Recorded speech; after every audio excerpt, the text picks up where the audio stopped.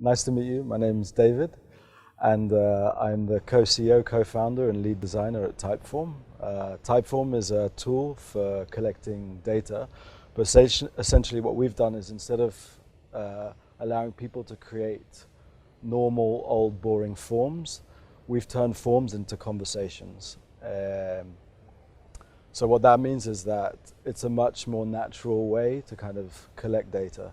And with that, we've increased engagement through forms as well as completion rates. You choose to found the proper product together, and you split this role of CEO. Yeah. Why this? Well, I mean, at the beginning, we weren't like CEOs, no, we were just the two guys running the thing. And that's just kind of carried on until now. I mean, now we've kind of split responsibilities a bit more, but I think being co-CEOs has meant that we can run the company together, but at the same time, we can get much more into detail than we can if we were just one CEO. So what that means in practice today, I mean, although we're both from product backgrounds, we're splitting the tasks with Robert, dealing more with growth of the company, looking more at the business, and I'm looking more on the innovation front, on the design front. You're on the product. Yeah, more on the product. And exactly. he is on building. Yeah, he's more on growth, but also product, but in terms of more growth stuff. So more about delivering what the business needs today, and I'm kind of more on what the business needs to deliver tomorrow. And what if you disagree? Look, me and Robert have a great relationship. If we disagree, I think it's just whoever feels more passionate, whoever disagrees more, will go with that decision. I think we just have so much trust that, I mean, this is just, in our case, I don't want to be here advertising for co-CEOs. It's just in our case, it works really well because we have a lot of trust and a very good relationship. Meaning that you will overcome. We believe we can overcome anything. And in fact, I think we feel that if we weren't co-CEOs, the company would suffer for it. So I think it's an advantage, not a disadvantage. So if there was one KPI you were focusing on, it was the number of people who subscribe or register? At the beginning? Yeah. Yeah, I mean, when we first started, we had really no clue how to run a startup or all this kind of being metrics driven. So I think, I mean, at the beginning we were looking at new signups, number of Typeforms being created. Now it's much more sophisticated. We look at all kind of metrics. I saw that you have this optimization metrics in a way. That's the way I call it, like the completion one. Yeah, so actually one metric that we've been looking for a long time is the viral loop. Okay. So this is a calculation which gives you like a coefficient, so that for every user you sign up, well, how many users does it take to create another user? Basically. So we look at that because we have this viral loop where people land on a Typeform, click Powered by Typeform, visit our website, find out about Typeform, create a Typeform. Talking about this, it was a side project, you get some traction. Yeah. When do you decide to go full time? When we got traction, it was already, so let me just think back. I went full time with Typeform 2 months before we launched the beta. Okay. So by the time we launched the beta, which was February of 2013, and then like 6 months later, we got our first round of funding. So it went really fast. Yeah, pretty fast. But we were trying to fundraise like before that, without having released the beta, trying to raise in Spain before that. And how did it work? How did it go? Well, we couldn't. No one was Why? Interested. Combination of factors. I think one, we had no idea how to run a company. We were first-time entrepreneurs. Also, I think the climate here in Spain at the time, and this is now 3 years ago, so things have changed a little bit, but I think investors were very shy in investing in companies which had no traction, and founders with no proven record. And investors kind of don't focus very much in Spain on products which are very design focused or design driven.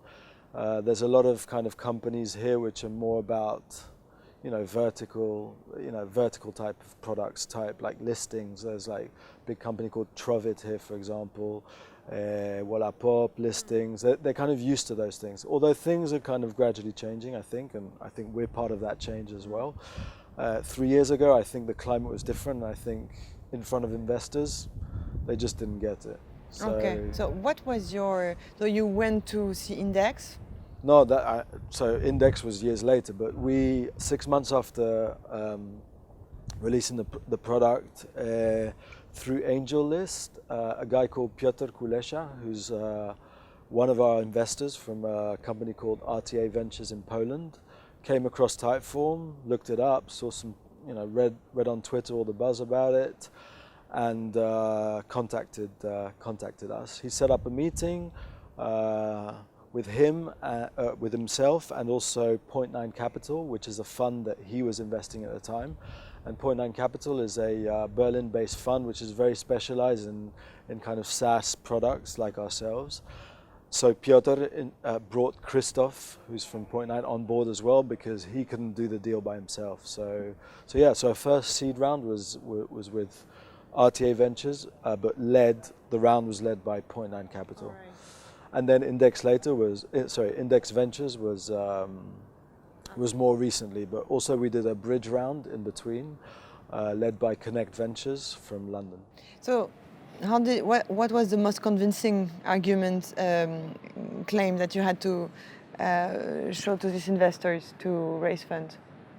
The most convincing argument, I think it was just the numbers. They could just see that there was the engagement. People who were the engagement, the kind of the fact also that we were getting very high completion rates. We could show that, compared to a normal form, we were getting people with up to 4 times as much engagement. In fact, talking to a customer the other day who had like a 72% completion rate on his form. I mean, obviously it depends the use case, like how much engagement you can produce, but typically type forms do get a much higher completion rate.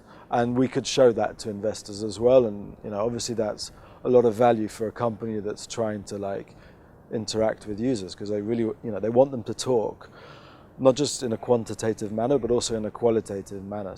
Actually, let me turn the question into where do you feel like you need to improve, and where do you, what do you work on?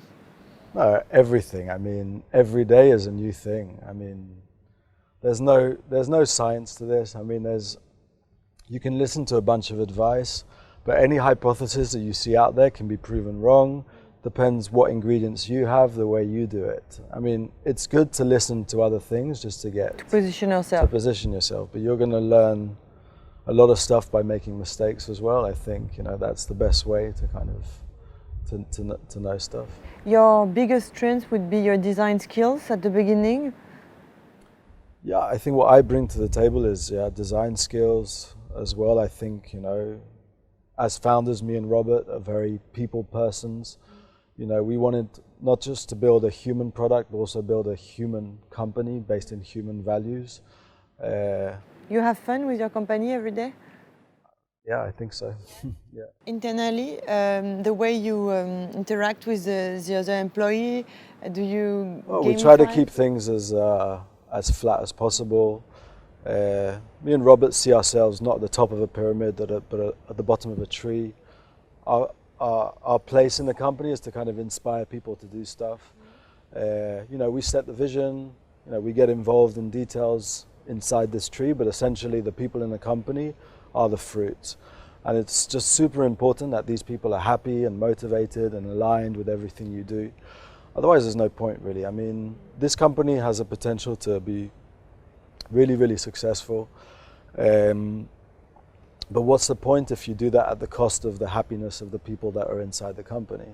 We want to have a great journey with these people, and we want to, at the end of this, just feel that, we did it together. This is not just a business which is just aiming to deliver for the people that founded and for some investors. No, we see this as kind of a family. Do you recruit the people in the team? Well, You meet them? everyone that comes into the company, me and Robert meet. And what are your criteria?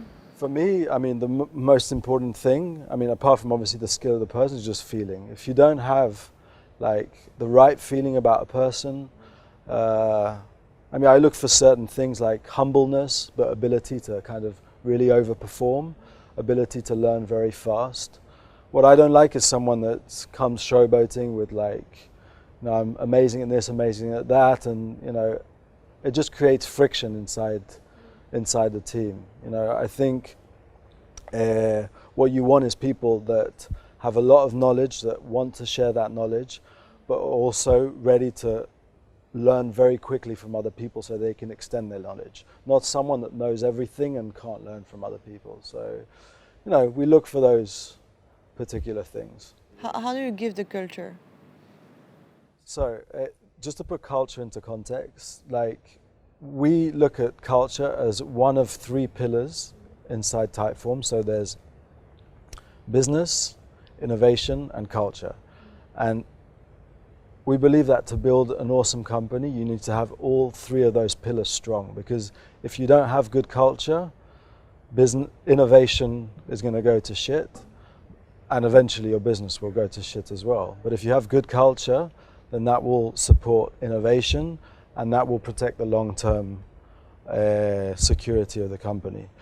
But specifically focusing on culture, so we try to kind of, as a guiding principle, make it as human as possible. So, you know, we want people to come to work and feel like they're at home.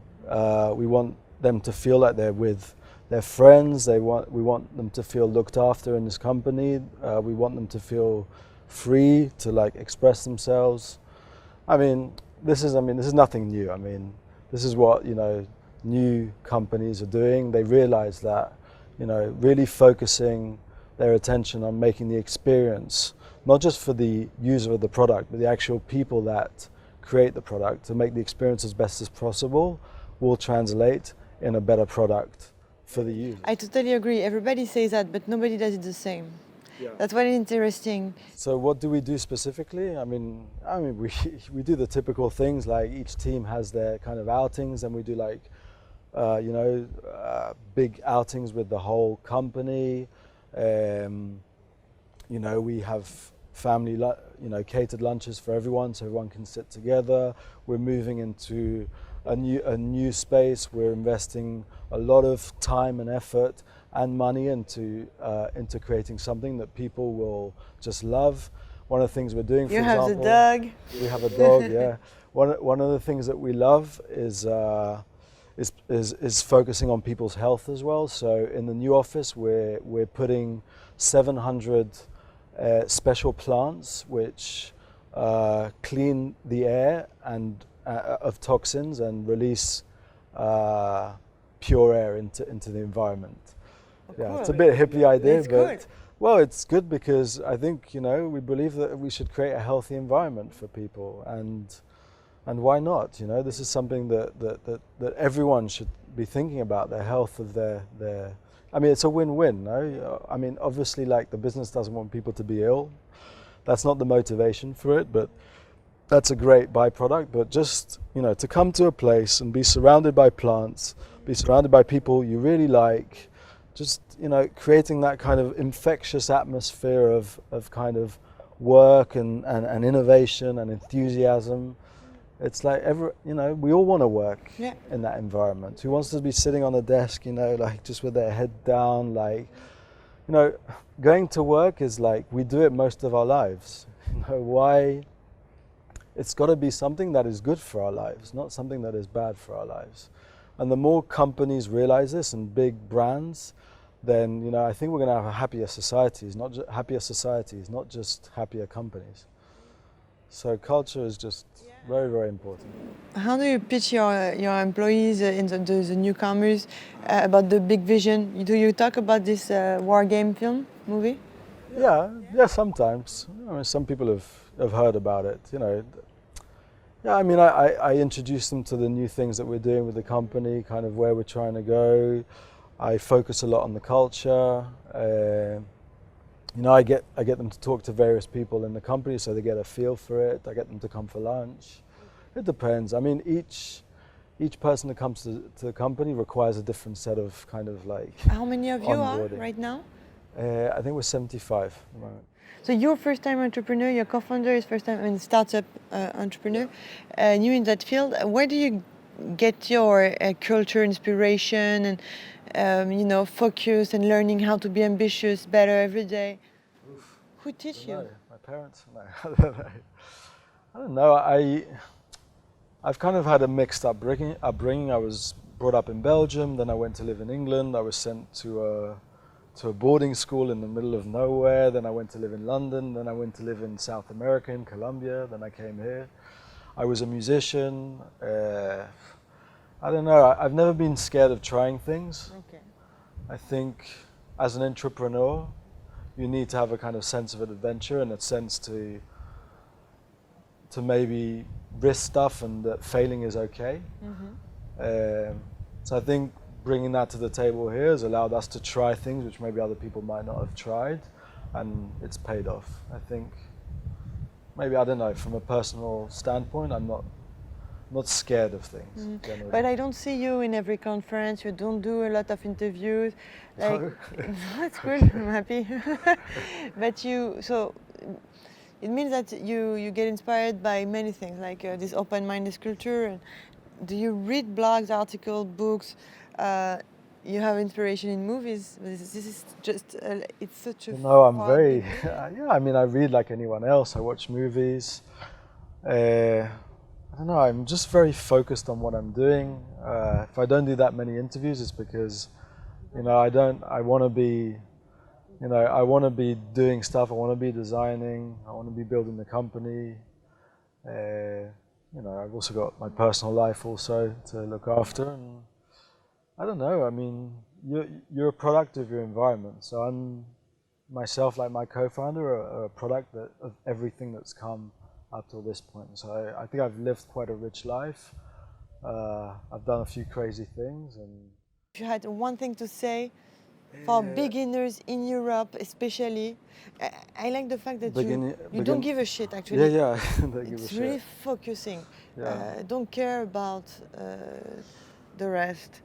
Yeah, I mean, I don't know. Look, I think this is more of a design attitude, but designers try and make products which people can empathize with, and they don't really necessarily have to give a shit what like a user group says, like in terms of research.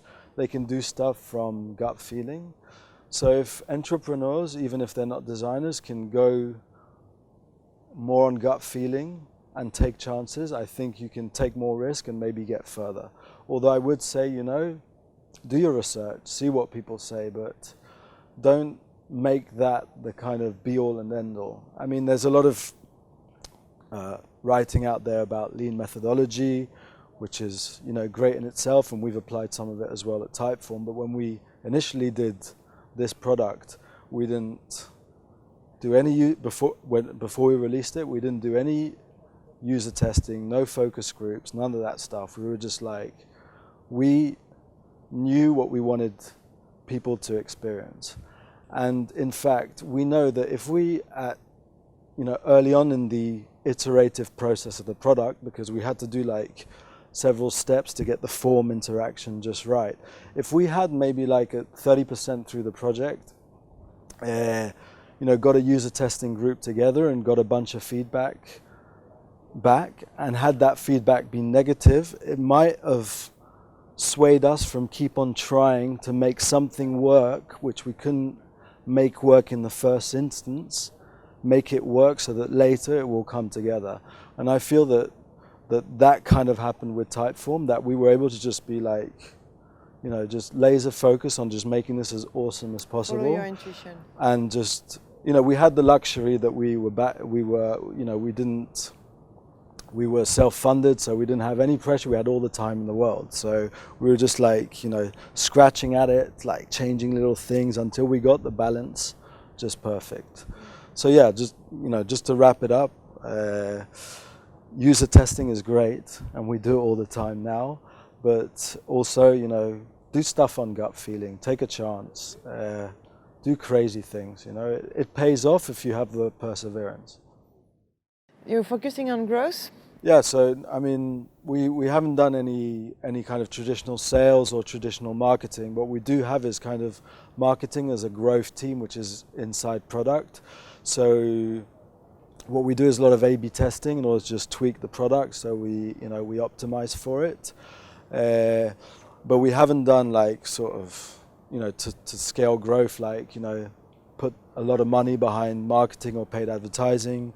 Now we're going to start, we've put together a really awesome content marketing team, which is focusing on blog, getting, guest posts out there, just like, really being a voice for Typeform and becoming a thought leader in what we do. I think just our strategy for growth is kind of not the traditional one, but more like the kind of new way to do growth. I mean, and that's not to say that eventually we might not have sales in Typeform or more traditional marketing. It's just that, we're not an enterprise product. So we don't need to go after big deals, and we don't necessarily want to create a sales culture at Typeform. We'd rather create like a product growth culture at Typeform.